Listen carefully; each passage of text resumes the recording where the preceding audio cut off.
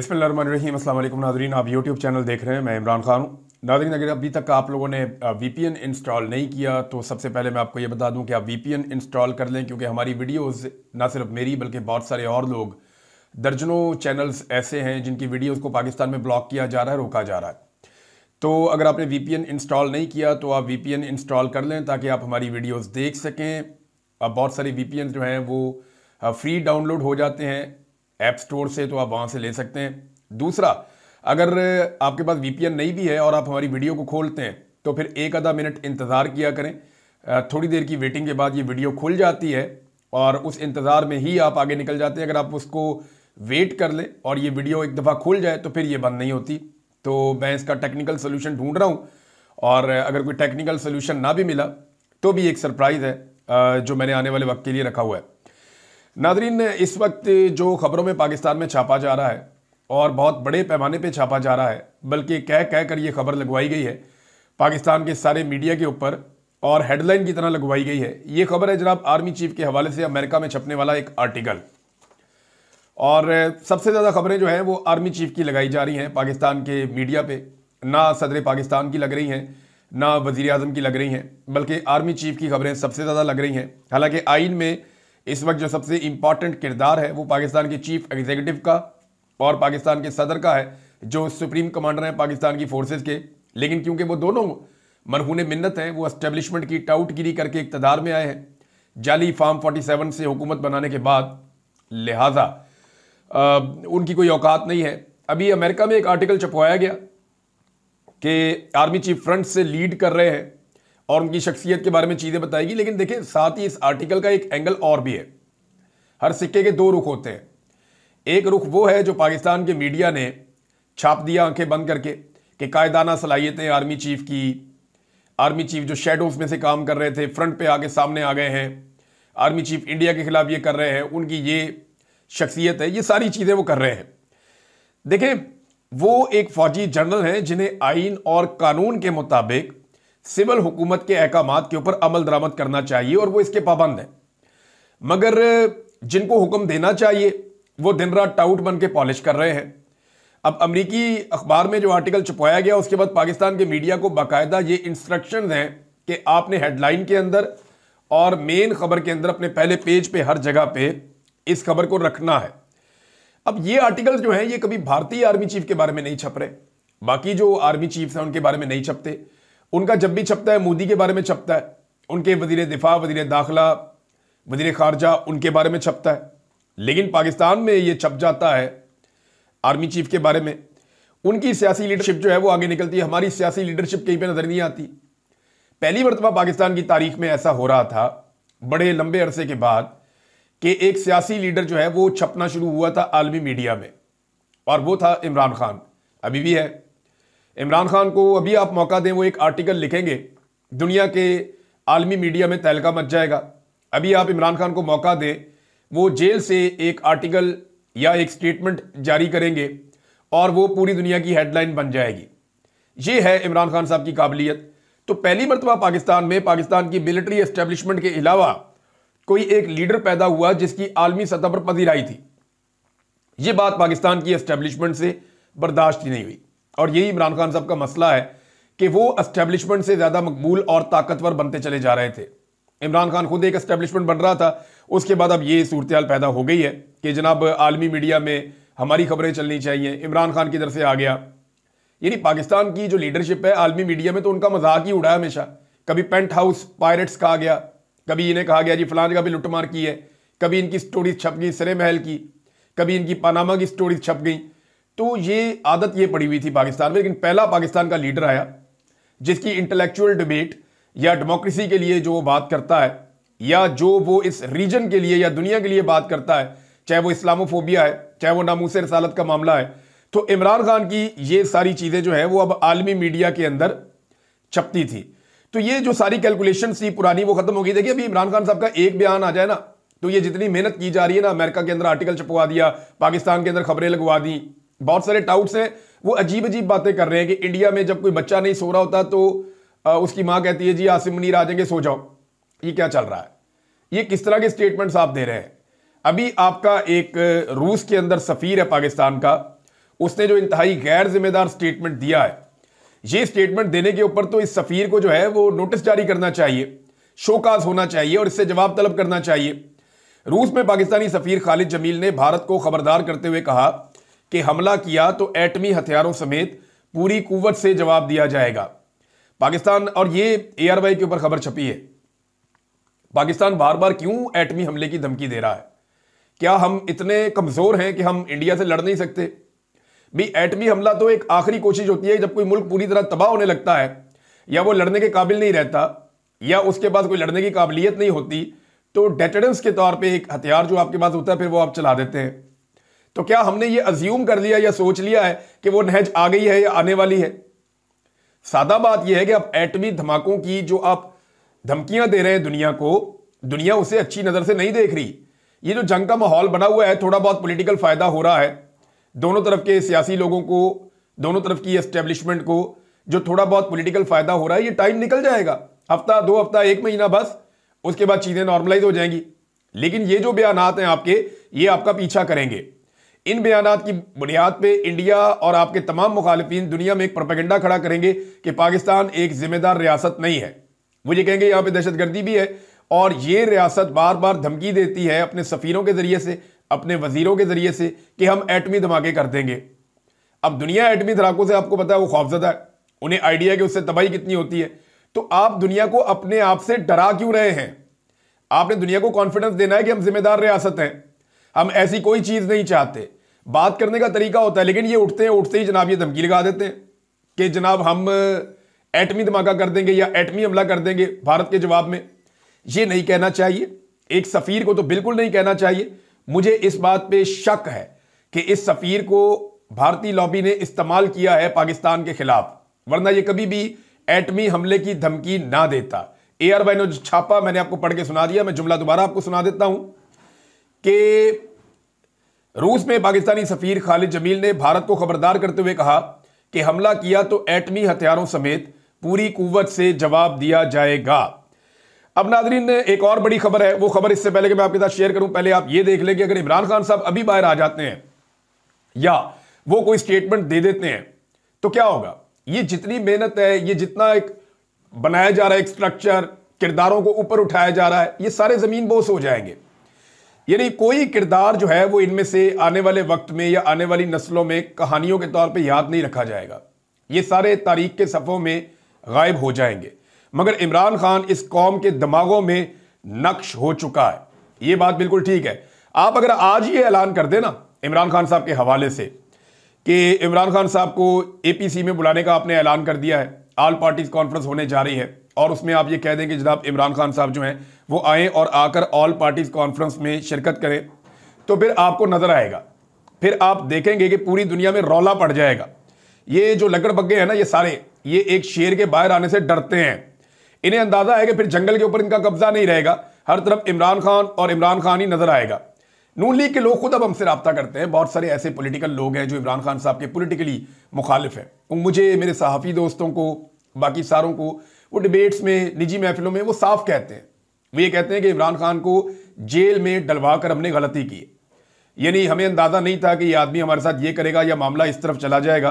बिल्कुल अंदाजा नहीं था कि इस हद तक ये शख्स डट जाएगा, लिहाजा जेल में इमरान खान को डलवा कर हमने एक गलती की है। सलमान अकरम राजा साहब ने एक बात की है जिसमें उम्मीद है पाकिस्तान तहरीक इंसाफ के लोगों के लिए। सलमान अकरम राजा साहब ने कहा जी इमरान खान साहब 2 हफ्तों में बाहर भी आ सकते हैं। उन्होंने ये स्टेटमेंट कैसे दिया, ये मैं आपके सामने रख देता हूं। इमरान खान की रिहाई के बिल्कुल इम्कानात हैं, उनके खिलाफ मुकदमात में कुछ भी नहीं।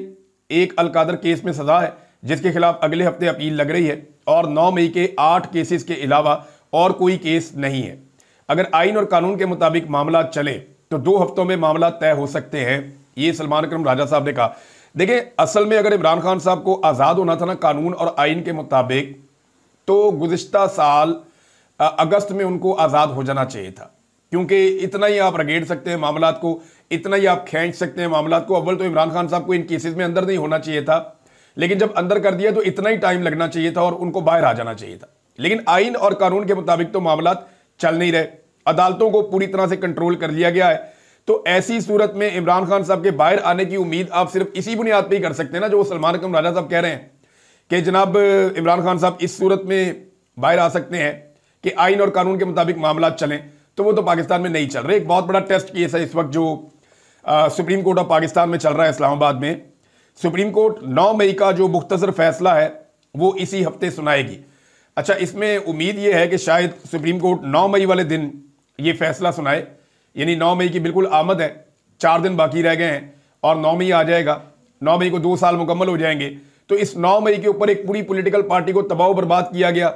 लगभग कोई 20,000 से ज्यादा लोगों को जेलों में भरा गया, कोई 35-36 हज़ार लोगों के ऊपर मुकदमात दर्ज किए गए, 1 लाख से ज्यादा छापे मारे गए, लोगों की चादर और चारदीवारी का तकद्दुस पामाल किया गया। खवातीन के ऊपर हमने बदतरीन तशद्दुद होते हुए देखा, लोगों के घरों को तोड़ दिया गया, लोगों के कारोबार बंद कर दिए गए, लोगों की फैक्ट्रियां बंद कर दी गई, लोगों को उनकी जायदाद से महरूम कर दिया गया, लोगों को जबरी तौर पे लापता किया गया, मिलिट्री कोर्ट के अंदर मुकदमात चलाए गए, लोग अपने माँ बाप के जनाजों में शरीक नहीं हो सके, लोगों के बच्चे जो है वो बिलखते हुए हमने देखे। खवातीन के ऊपर पहली मरतबा पाकिस्तान की तारीख में हमने टॉर्चर के बदतरीन मनाजिर देखे, उनको सड़कों पर घसीटा गया। ये सारा कुछ हमने पाकिस्तान में 9 मई के बाद होते हुए देखा है। हालांकि उससे पहले भी जुल्म और जबर किया जा रहा था। 9 मई से पहले भी हमने देखा और बार बार देखा कि पाकिस्तानियों के ऊपर जुल्म और जबर का बाजार गर्म किया गया था, लेकिन इसके अंदर शिद्दत आती है 9 मई के बाद। अब सुप्रीम कोर्ट ऑफ पाकिस्तान इसका फैसला सुनाएगी, पता चलेगा कि जो सिविलियंस के जो मेन मामला है वो ये है कि क्या सिविलियन का मिलिट्री कोर्ट में ट्रायल हो सकता है या नहीं हो सकता। अब 9 मई का मामला ही मशकूक बनाया गया। पाकिस्तान तहरीक इंसाफ तो ये कहती है कि ये फॉल्स फ्लैग ऑपरेशन था। वो ये कहते हैं जी इमरान खान साहब की गैर कानूनी गिरफ्तारी होती है इस्लामाबाद हाई कोर्ट में, जिसे सुप्रीम कोर्ट बाद में कह देती है कि ये गिरफ्तारी जो है ये गैर कानूनी है। उस गैर कानूनी गिरफ्तारी के बाद लोग निकलते हैं एहतजाज करने के लिए। फिर वो ये कहते हैं कि जनाब उनमें अवाम के अंदर बंदे शामिल किए गए जिन्होंने तोड़ फोड़ और जलाओ घिराव किया और हालात को खराब किया, और ये हालात डेलिबरेटली खराब किए गए ताकि इन खराब हालात को पाकिस्तान तहरीक इंसाफ पर डालकर इस जमात को दीवार के साथ लगाया जा सके। अब ये वो सारी कहानी है जो पाकिस्तान तहरीक इंसाफ कहती है और इसके लिए सबूत भी पेश करती है। हुकूमत को वो एक चैलेंज करते हैं बार बार कि जो असल सीसीटीवी फुटेज है जो मौजूद थी वो सीसीटीवी फुटेज ले आए, लाके वो आप हमारे सामने रख दें। लेकिन हुकूमत की तरजीहात, इस मुल्क में आइन और कानून क्या कहता है, उसकी एक छोटी सी मिसाल मैं आपको देता हूं। मियां अली अशफाक साहब ने एक सनम जावेद साहिबा के केस में इंकशाफ किया है और ये बड़ा हौलनाक इंकशाफ है।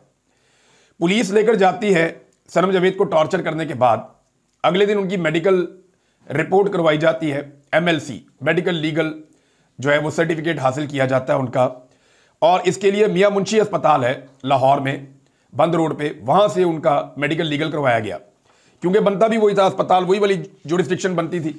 तो वहां पे उनका जो मेडिकल लीगल करवाया गया उसमें पता चला कि उनके ऊपर 13 उनको जगहों पे जिस्म पे निशान है और उनको टॉर्चर किया गया है और सनम जावेद को तशद्दुद का निशाना बनाया गया है। अच्छा, इसके बाद जब ये खबर फैलती है, मीडिया में हर तरफ जाती है, जब ये सर्टिफिकेट मिल जाता है सनम जावेद के वकला को, उनकी टीम को, पाकिस्तान तहरीक इंसाफ को, तो ये मामला खुल जाता है। अब इसमें जो है वो क्योंकि टिकटॉकर की हुकूमत है पंजाब में और वो अपने अलावा किसी को भी खबरों में नहीं देखना चाहती, तो फौरी तौर पे जनाब पुलिस को डंडा दिया जाता है कि आप जाएं और जाकर दोबारा से इस औरत का मेडिकल करवाएं और साबित करें कि इसके ऊपर कोई तशद्दुद नहीं हुआ। अब इस खातून को ज़बरदस्ती दोबारा अस्पताल में ले जाया जाता है और सनम जावेद का दोबारा मेडिकल करवाने की कोशिश की जाती है। सनम जावेद बकौल मियां अली अशफाक साहब के मेडिकल करवाने से इनकार कर देती कि मैंने अब मेडिकल नहीं करवाना, मेरा जो मेडिकल है वो कल हो चुका है और उसकी रिपोर्ट आ चुकी है। उन्होंने मेडिकल नहीं करवाया, लेकिन उनके इनकार के बावजूद वहां अस्पताल से एक नया मेडिकल रिपोर्ट जारी किया गया जिसमें यह लिख दिया गया कि सनम जावेद के ऊपर कोई तशद्दुद नहीं हुआ। और जिस डॉक्टर ने पहले मेडिकल रिपोर्ट बनाई थी, यानी जो डॉक्टर्स पहले मौजूद थे वहां पे, जिन्होंने मेडिकल रिपोर्ट बनाई थी कि इस खातून पे टॉर्चर किया गया है और 13 निशानात हैं टॉर्चर के, वो जो मेडिकल लीगल रिपोर्ट बनाने वाले डॉक्टर से उनको भी मुअत्तल कर दिया गया। यह है नादरीन सूरत हाल पाकिस्तान में जो रूल ऑफ लॉ की है, जो इंसानी हुकूक की है और जो आज़ादी इज़हार राय की है। ये मैंने आपके सामने रख दी है, ये एक मिसाल है। रोजाना ऐसी बहुत सारी चीजें होती हैं। सद्दाम तरीन के साथ भी यही किया गया, लेकिन वो बाहर आया तो क्या बदल गया? वो उसी तरह का एक आदमी है, वो उसी तरह खुलकर बात कर रहा है, वो अपने लोगों में गया, लोगों ने उसका पहले से बढ़ के इस्तकबाल किया है, तो इससे चीजें तब्दील नहीं होती। तो सुप्रीम कोर्ट 9 मई का मुख्तसर फैसला इसी हफ्ते सुनाएगी। ये मेरे ख्याल में पाकिस्तान तहरीक इंसाफ तो 3 साल से जुल्म की चक्की में पिस रही है, उनके लिए तो कोई मसला नहीं है, आप उनके खिलाफ भी फैसला दे देंगे, उन्होंने पहले भी मार खाई है, वो आइंदा भी खा लेंगे। लेकिन ये सुप्रीम कोर्ट ऑफ पाकिस्तान का अपना भी टेस्ट है। अब उन्होंने ये साबित करना है कि वो आइन और कानून के मुताबिक मुल्क को चला रहे हैं और वो मुल्क को किस तरफ लेकर जाना चाहते हैं। अगर तो वो कहेंगे कि सिविलियंस का मिलिट्री कोर्ट्स के अंदर ट्रायल हो सकता है, तो फिर वो एक ऐसा रास्ता खोल देंगे जिसको पूरी दुनिया नहीं मानती। फिर पाकिस्तान का निज़ाम इंसाफ किसी और तरफ चल रहा होगा और पूरी दुनिया के अंदर निज़ाम इंसाफ के पैरामीटर्स कुछ और होंगे। नाज़रीन, भारत ने पानी बंद कर दिया है और जो चनाब का पानी है वो लगातार कम हो रहा है। इसके ऊपर इरसा ने भी और जो गवर्नमेंट है, गवर्नमेंट के इदारे हैं जो वाटर मैनेजमेंट को देखते हैं, उन्होंने बाकायदा बता दिया है और कंफर्म कर दिया है कि भारत ने सिंध ताज मुआहदे की खिलाफ वर्जी करते हुए बाकायदा जो दरियाए चनाब के ऊपर उन्होंने एक गैर कानूनी तरीके से डैम बनाया था, जिसके स्ट्रक्चर पे पाकिस्तान ने एतराज़ किया था, लेकिन फिर भी भारत ने यह बना लिया था ज़बरदस्ती। अब उस डैम को भारत ने बंद कर दिया। देखिए, 6 दरिया थे, 3 हमने इंडिया को दिए थे, 3 हमारे थे। तो जो 3 इंडिया को दिए थे उनका तो पानी हो गया खत्म, इंडिया ने रोक के अपनी तरफ मोड़ लिया। जो बाकी 3 दरिया थे उनमें से 2 दरियाओं पे इंडिया ने काफी सारे स्ट्रक्चर्स पहले बना लिए थे। पाकिस्तान रोकता रहा, लेकिन वो बनाते रहे, लेकिन पाकिस्तान को पानी आता रहा।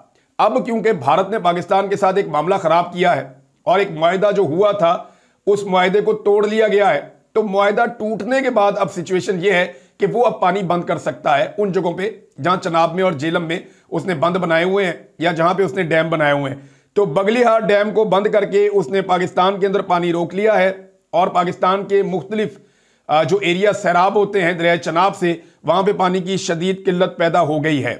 अब पाकिस्तान ने एक बात की थी, ये मैं इस मौके पर जरूर याद दिलाना चाहूंगा।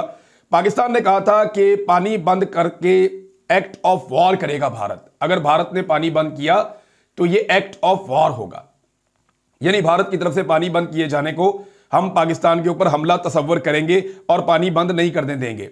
अब भारत ने अमली तौर पर पाकिस्तान का पानी बगलीहार डैम से बंद कर दिया है। सिंध ताज मुआहदे की खुली खिलाफवर्जी हो चुकी है।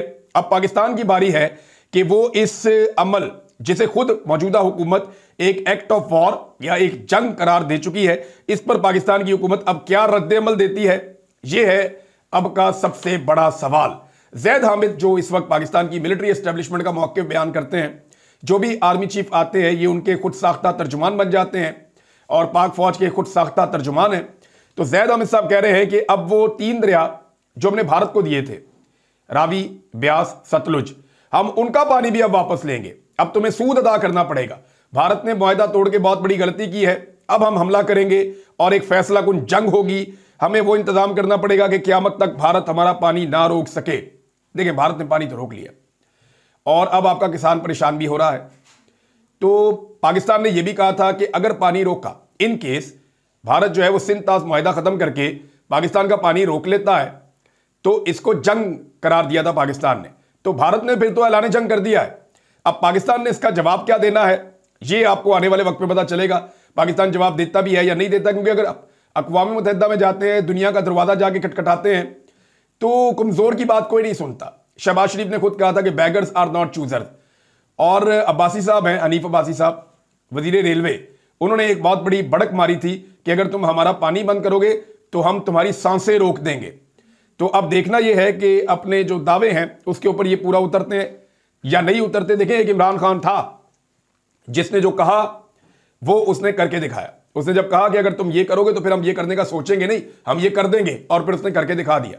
अब आपकी बारी है, आपका टेस्ट है कि आपने भी कहा था कि इसको एक्ट ऑफ वॉर समझा जाएगा और फिर हम जवाब देंगे, अपना पानी हम खुद खोल लेंगे। आपके वुज़रा ने कहा था कि जिन स्ट्रक्चर से हमारा पानी रोका गया हम उन स्ट्रक्चर्स को तबाह कर देंगे। आपने खुद कहा है, इस हुकूमत ने कहा है, इनके स्टेटमेंट रिकॉर्ड पे पड़े हुए हैं। अब देखते हैं कि ये अपना पानी खुलवा सकते हैं या स्ट्रक्चर उड़ा सकते हैं या क्या करते हैं, किस तरफ लेकर जाते हैं मामला। नाज़रीन, अनवर मकसूद साहब ने एक अपील की है। उनका एक खेल है हाउस अरेस्ट, वो उसको करना चाह रहे थे, ये करते रहते हैं। 60-65 साल से पाकिस्तान में काम कर रहे हैं और बड़े अच्छे लिखारी हैं, बहुत बड़ा नाम है इनका पाकिस्तान में। अनवर मकसूद साहब बहुत बुजुर्ग शख्सियत है। तो उन्होंने इस्लामाबाद के अंदर, उनका एक थिएटर था, एक खेल उनका चल रहा था हाउस अरेस्ट, और वो उसके ऊपर जनाब 2 दफ़ा वो चला और उसके बाद पाबंदी लगा दी, एनओसी कैंसिल कर दिया गया।